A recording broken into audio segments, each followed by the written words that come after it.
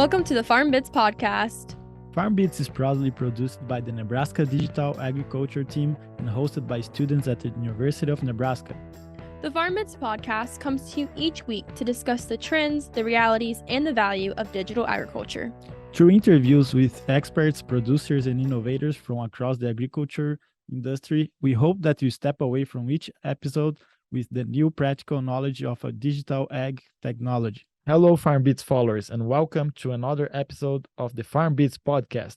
I'm Jose Cesario. And I'm Taylor Cross, and we're glad to have you with us as we continue diving into the topic of precision livestock management. Today, we are joined by Kaitlyn Dozler, master's student working with virtual fencing research. With her diverse background in grassland management, her projects tested this technology to help cattle producers minimize fencing challenges. With that, let's jump into this episode with Kaitlyn.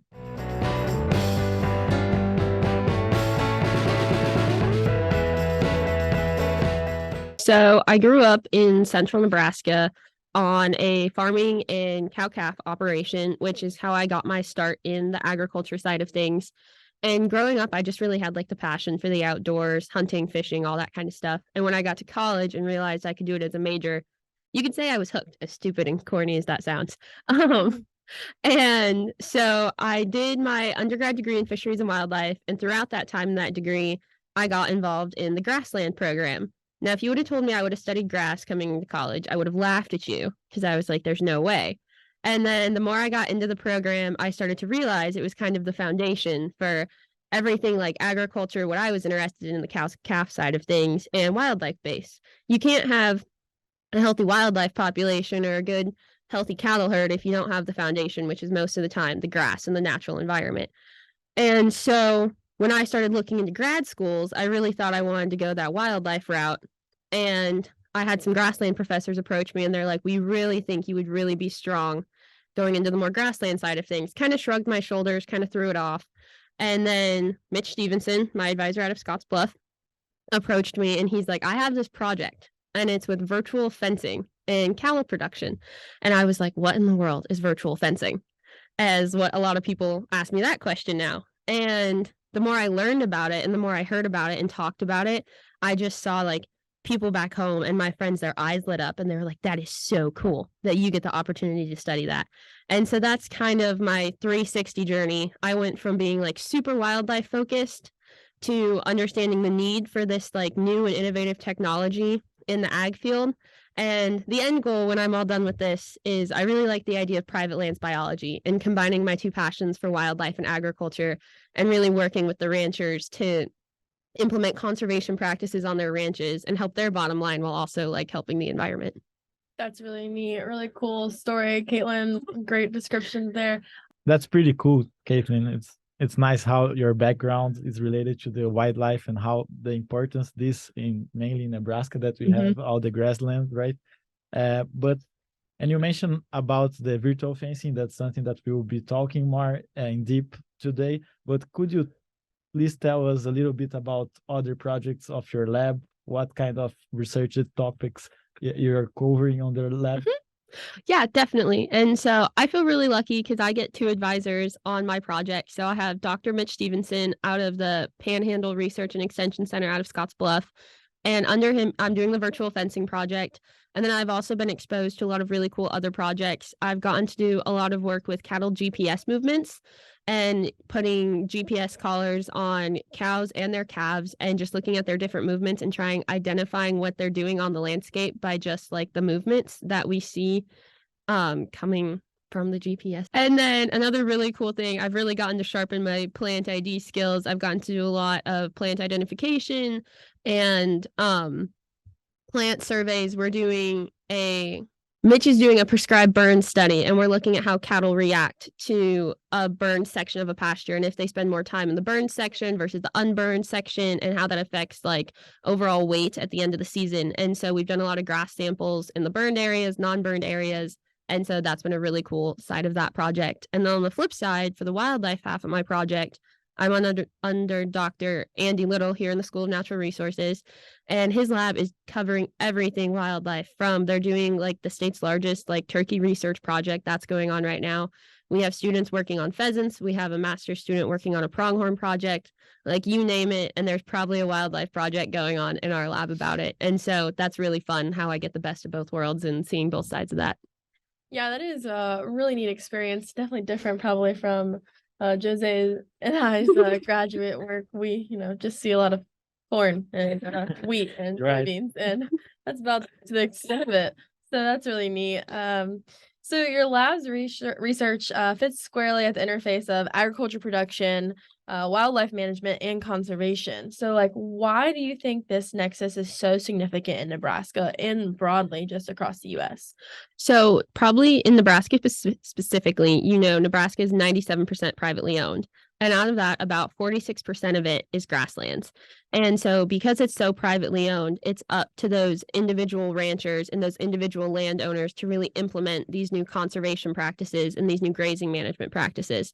So if we want to conserve on our natural resources and really extend the life of the forage out there on the landscape, especially in places like Western Nebraska, then it's really up to those individual landowners and us as researchers to work with those individual landowners and help them implement these new technologies to not only benefit their operations, but like the ecosystems as a whole. It could potentially help their bottom line. It could make their lives easier on the ranch with less labor and things of that nature. And that's kind of where I see it affecting like Nebraska. And then the US as a whole, it's really becoming a big thing out west in really rough terrain, where in some places they're quoted up to $30,000 to put in 1 mile of fence. And so if we could bring in something like virtual fencing to help with like cross fencing and rotational grazing and stuff like that, it could really save a lot of ranchers and a lot of people out west a lot of time, energy, and their bottom line in some cases. That's exciting. Yeah. That's make sure you're talking. Oh, sorry. Yeah, that's exciting. And since our podcast really focused on all this data management, all the technology that we use for all this precision agricultural, we would like to hear a little bit about your perspectives into this new term that is the precision livestock.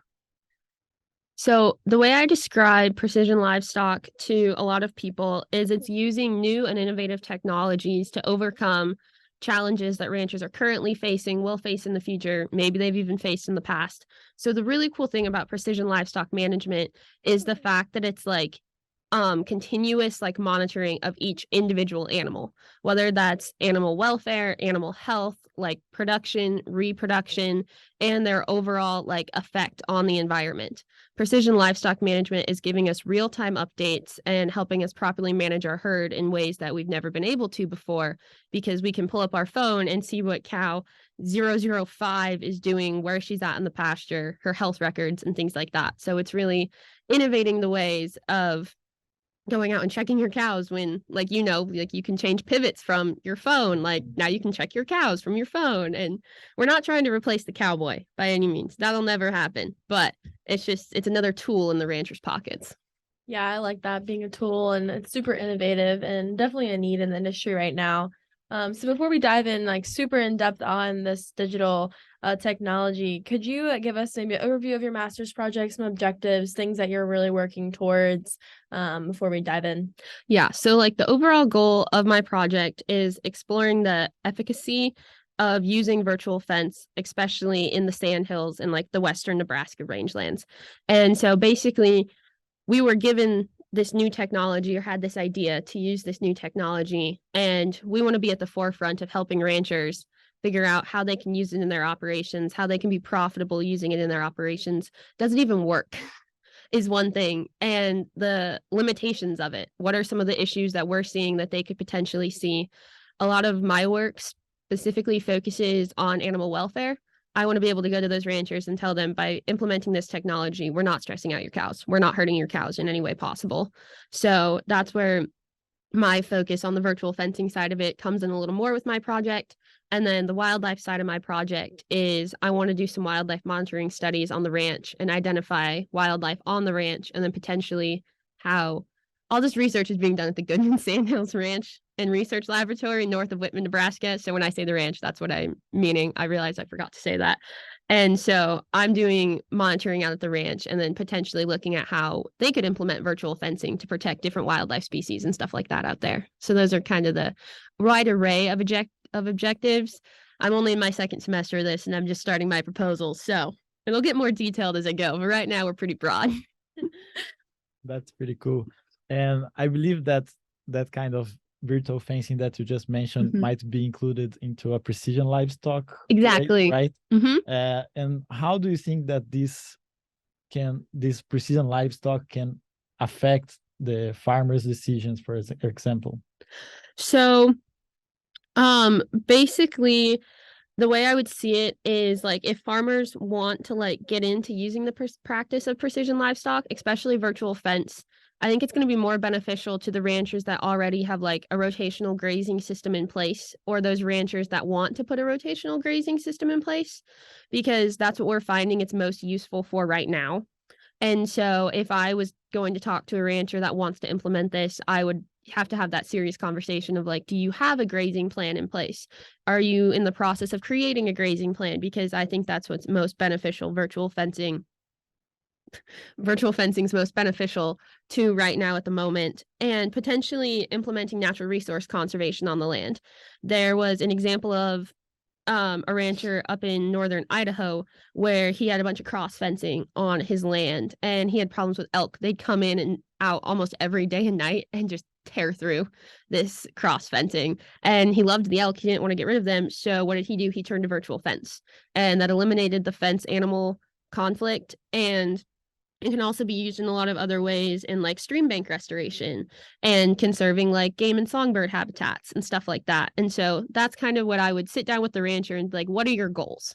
Because I think if you're going to implement precision management, you have to have like goals in place of what you want your ranch to see, because I don't think it's one of those things you just dive in and be like, let's try. Like you have to have those set goals in place. And if you have the set goals in place, then I think it could be a really successful tool.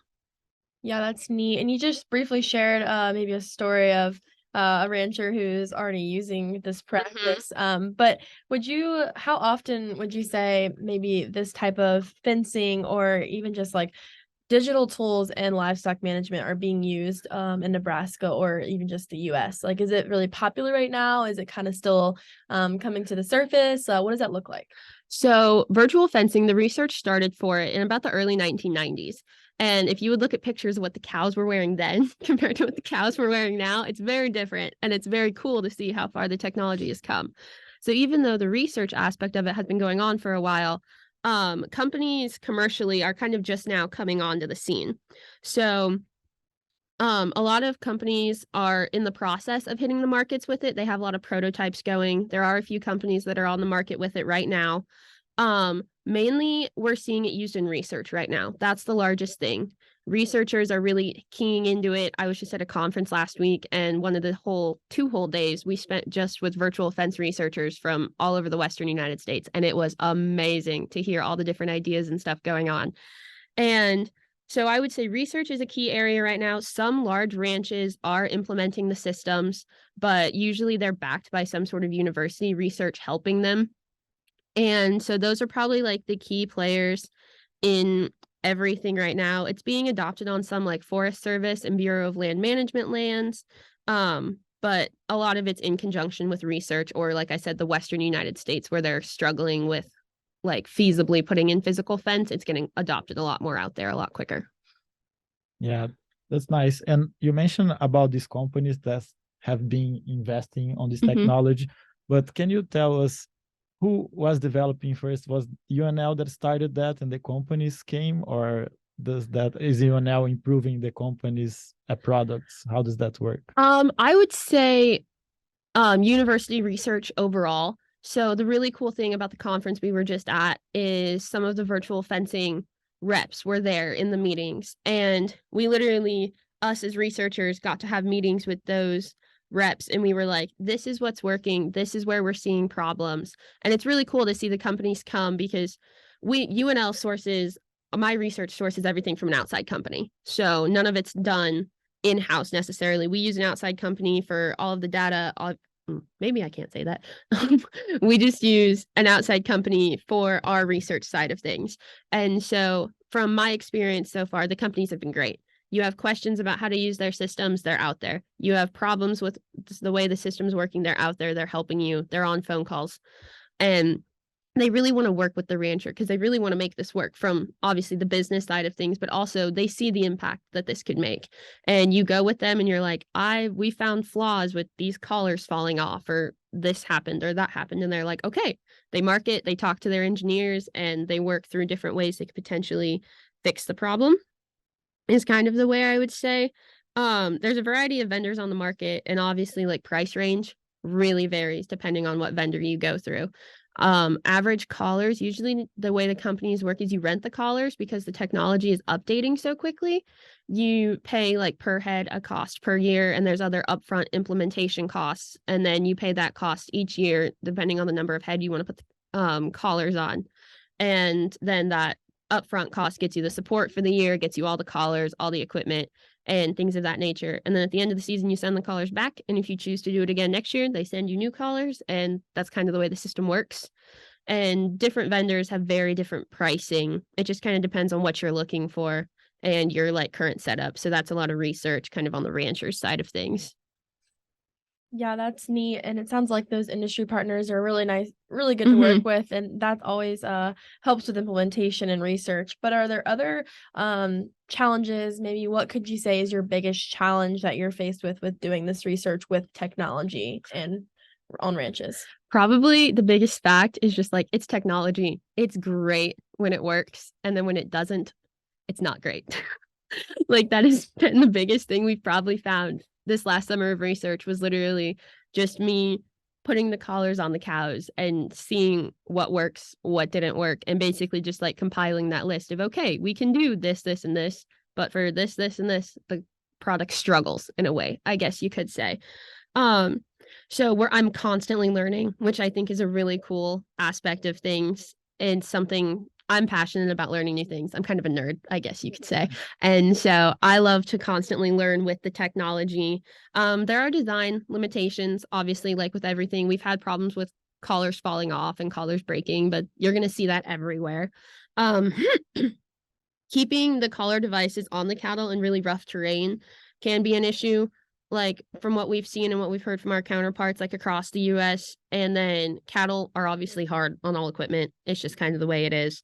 And battery life can be an issue depending on your situation and like where you're at, and whether the cows are right next to your home place and you can go out and check on them and replace a battery if needed, or if they're running all over the range in southern Utah and you might not see them for 2 or 3 months, you know.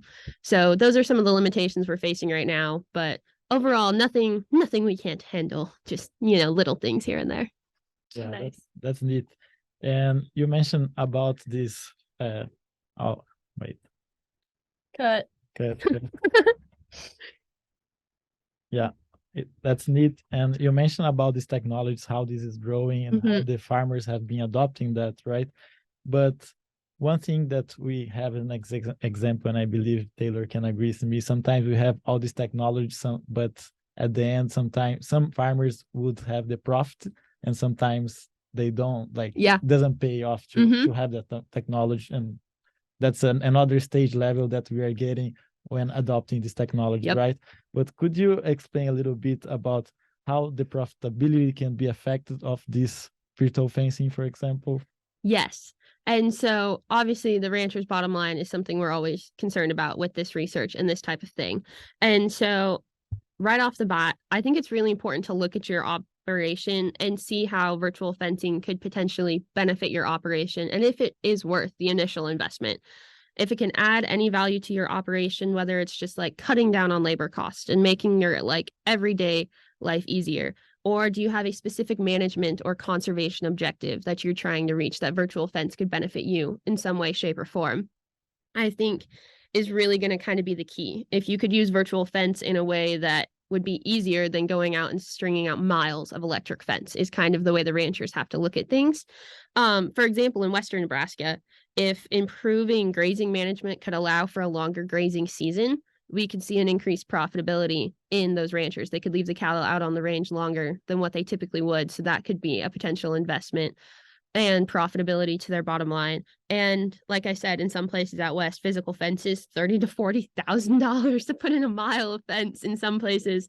And so they see virtual fence as a long-term investment that they can use. That's going to be way cheaper in the long run than putting in all this fence and then potentially having to go in and replace it in 5-10 years, depending on fires and weather conditions and things like that.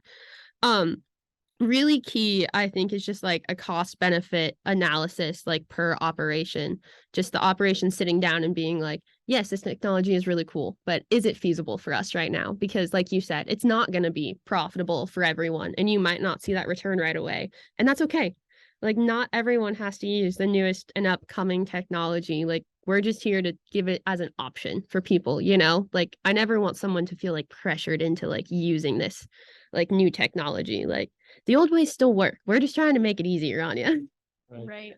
Yeah, well, we've talked a lot of great discussion here about limitations, profitability, adoption, benefits to this. But can we talk a little bit about how this actually works? Like, how is this virtual fencing? And you mentioned these collars that first our listeners who maybe aren't familiar with cattle or aren't familiar with virtual fencing, like, how does this actually work? Like, how are you implementing this? How is the fence, stay in a certain place? Like, is it like, what's the signal? How does that all work? Okay, so basically the way I can easily describe virtual fence is, like shock collars for your dogs. This is the way I describe it to people. I'm putting them on cows. And basically a cow is fitted with a GPS system. The company that we use, I guess I'm going to describe their prototype and the way it works. Basically the cow is fitted with the virtual fencing system, and there's a GPS unit inside of that collar. That collar would then talk to either a base station or directly to a satellite, depending on what company you're using. And what I can do is I can go in on my laptop and literally I have the interface pulled up, and it gives you all of my individual pastures, and I can hit like draw vents in most situations, depending on your company, obviously. And I can literally draw the boundaries.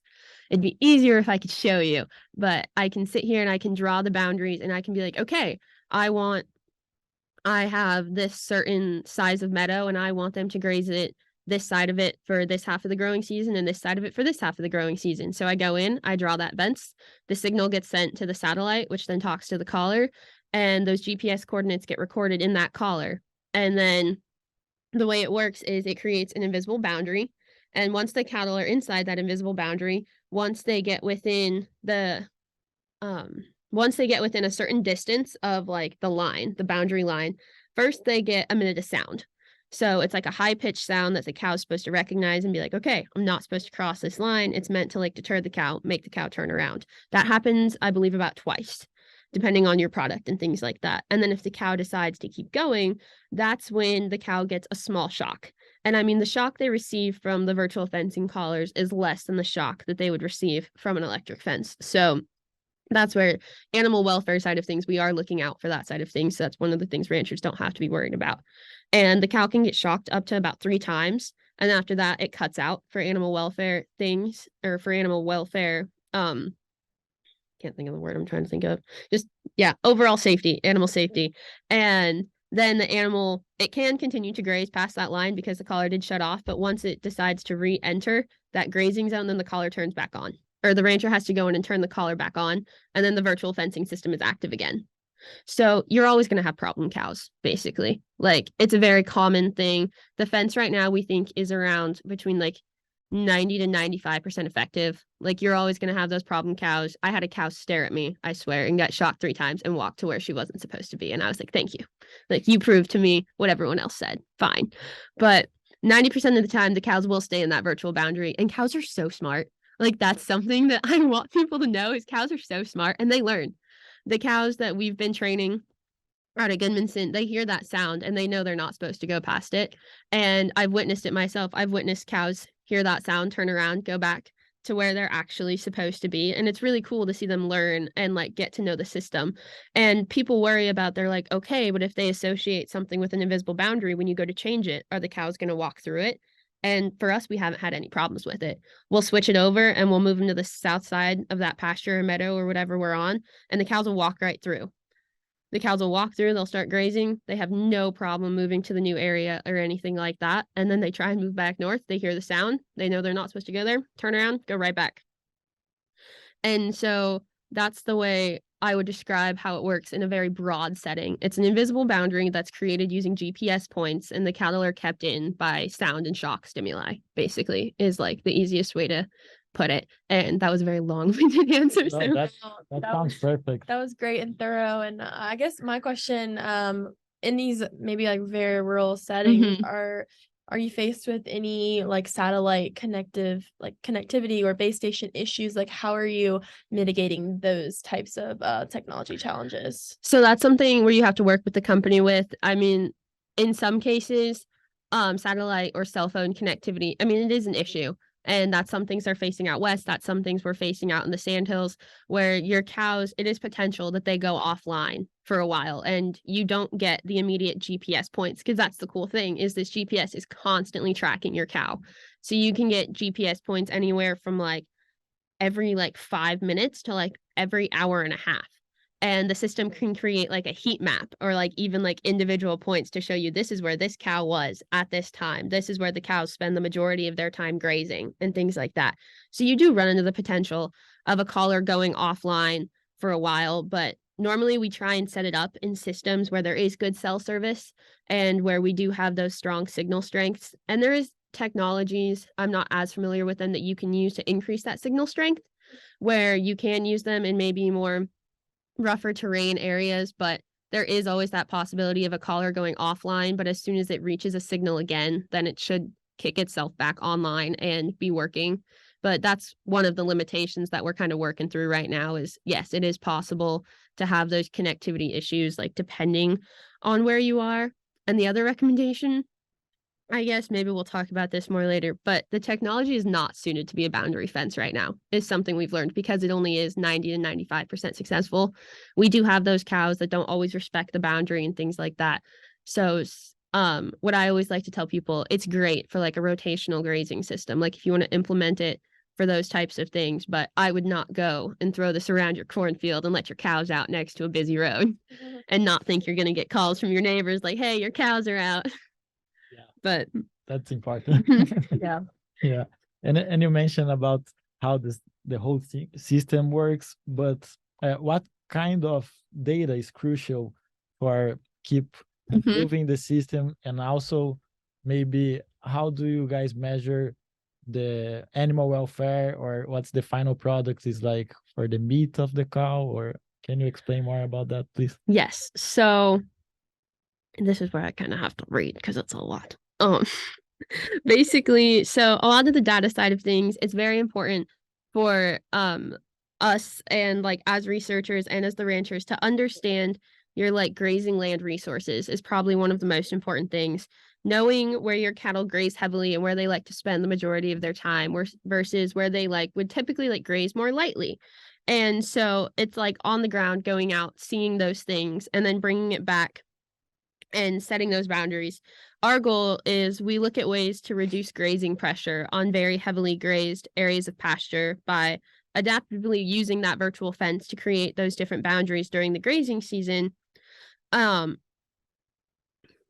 During the grazing season to fence out the areas that are grazed very hard and hopefully extend that pasture time, because you're stopping where the hard grazing is going and you're moving the cattle to maybe areas where they wouldn't typically choose to graze on their own, but there still is that available forage that they could use. And so we're trying to even out the grazing system as a whole, take some of the pressure off those more hard hit areas and let them recover and push cattle into areas where they might not typically graze on as much. Two very important factors are obviously like pre-existing fences. Use them to your benefit. Build your fences around them. Use them to your benefit as boundary fences, as cross fences, whatever you need to do. And then water sources. Water sources are always a really big thing. Obviously, when you're creating all these virtual fence boundaries, make sure your cows still have access to water at some point, and make sure the area around the water is big enough so the cows aren't getting that shock and sound stimulus when they're going to water, so that way they're not afraid to walk up to that water tank at any certain point, I would say is like one of the biggest things. So do you believe there's a place for a digital assessment tool that would allow these ranchers to perform like initial assessment There's a really cool animal welfare study out of Oklahoma State. So like my master's project, we're looking at acute heart rates and how that can affect animal how that we can detect cattle stress and animal welfare that way. But research has been done out of Oklahoma State using hair and fecal cortisol levels to look at cattle stress rate and how cattle stress response to virtual fence was. And all of that data they got out of that study showed that cattle are not having an increased stress rate due to the shock and sound of the virtual fence. So that's been a really cool study to talk to people about when they ask me before my stuff is done, you know. And it's really cool to have collaborators at places like Oklahoma State, you know, and all across the country that are doing these studies and that I can go to for help. And yeah, they started that process and saying like, no, it's not stressing out your cows. Yeah, that's really helpful. So how does maybe the cropping system diversity or lack of on a regional scale impact the feasibility of implementing these best practices? So right now, a lot of the research really isn't involved in like the cropland side of things. I wouldn't say cropland diversity really plays a big role in anything at the moment. There are some researchers looking into how effective virtual fencing can be on like grazing cover crops and grazing corn residue and stuff like that when ranchers would go and put their cattle out on corn stalks or cover crops like in the fall or winter. But besides that, there's not a lot going on with the crop side of things. I think it'd be really cool eventually if we could use it to put cattle on like crop residue and cornfields and stuff like that in the fall and not have to put in miles of physical fence, you know, to fence off an area. But like I said, they're not boundary fences right now. So we're working towards it, but not a lot on the crop side at the moment. Slowly but surely. Yeah. Right. And what are some of the objectives of this virtual scale at a regional scale, for example? And how can those align with the precision livestock? So basically, a lot of the objectives are just to create a lot less labor intensive environment and give ranchers the tools they need to implement these different grazing systems and diverse grazing strategies and things of that nature. And we want to not only benefit the ranch, but we want to benefit the wildlife and everything else that uses the ranch. We want to help that rancher's bottom line, but we also want to give him the tools to say, yeah, you might not have been able to manage for this wildlife before because of all the extra time and labor it would have taken. But now that you have all these new tools, we can use them as you're using them to manage your cattle, and we can benefit the environment as a whole, which I think is a really cool aspect of it. And yeah, just like typical environmental like infrastructure things like wildlife fence conflicts. You hear it all the time out west about ranchers and pronghorn. If we could figure out simple solutions to help ranchers eliminate a lot of that problem, that would be an amazing thing for Western Nebraska. And basically just like allow for more management that is like not predicted on where physical fences typically are. Give ranchers the opportunity to manage their grasslands differently than they ever have before because they're not confined to just where those physical fences currently stand. That's neat. Awesome, Kaitlyn. Well, this has been really great. So what are you maybe most excited about in terms of precision digital ag technology within the livestock industry? We know we have a great amount of resources and the cropping systems, but this animal livestock industry, it's kind of a new thing. You know, we've been doing research, but like for industry to be bringing products to market, it's fairly new. So what are you maybe most excited for in the future of precision livestock management?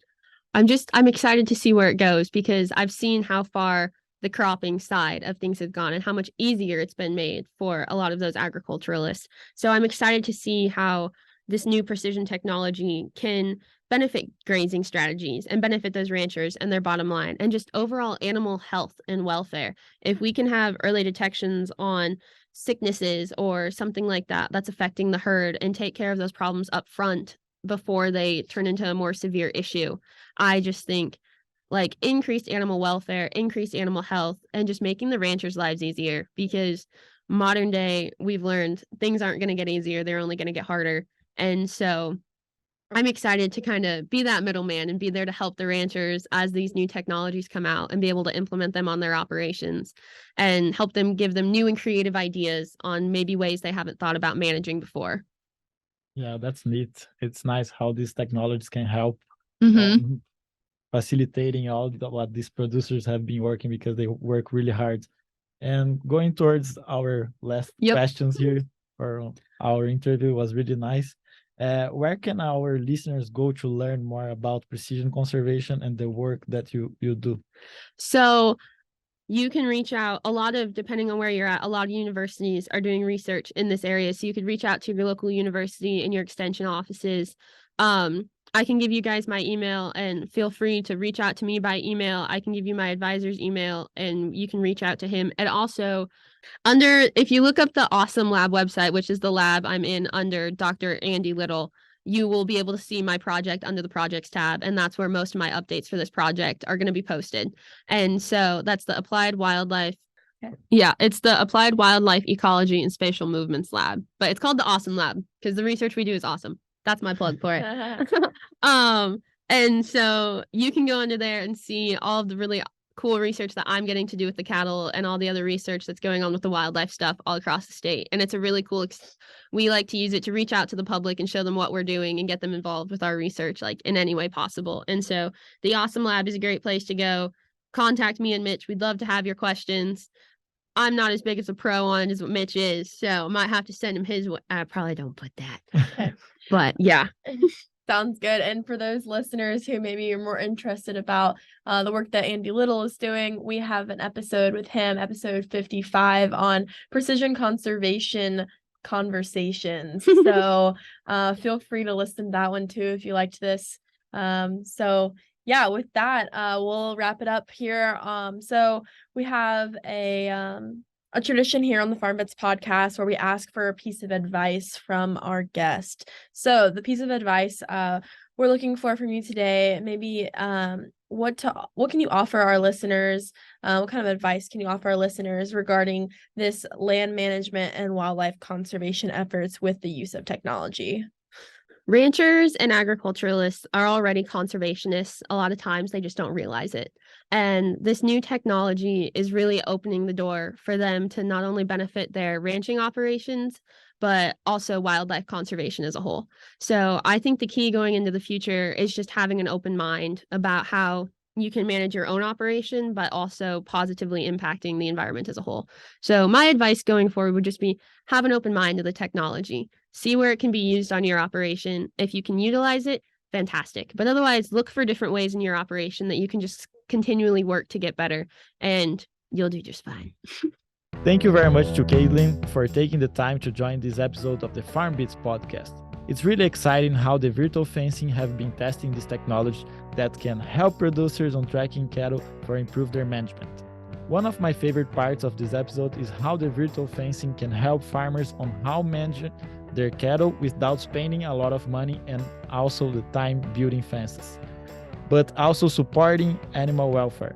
Yeah, I agree, Jose. It was really neat to hear about that one instance where there were problems with elk, and just how useful this technology is going to be for the industry moving forward.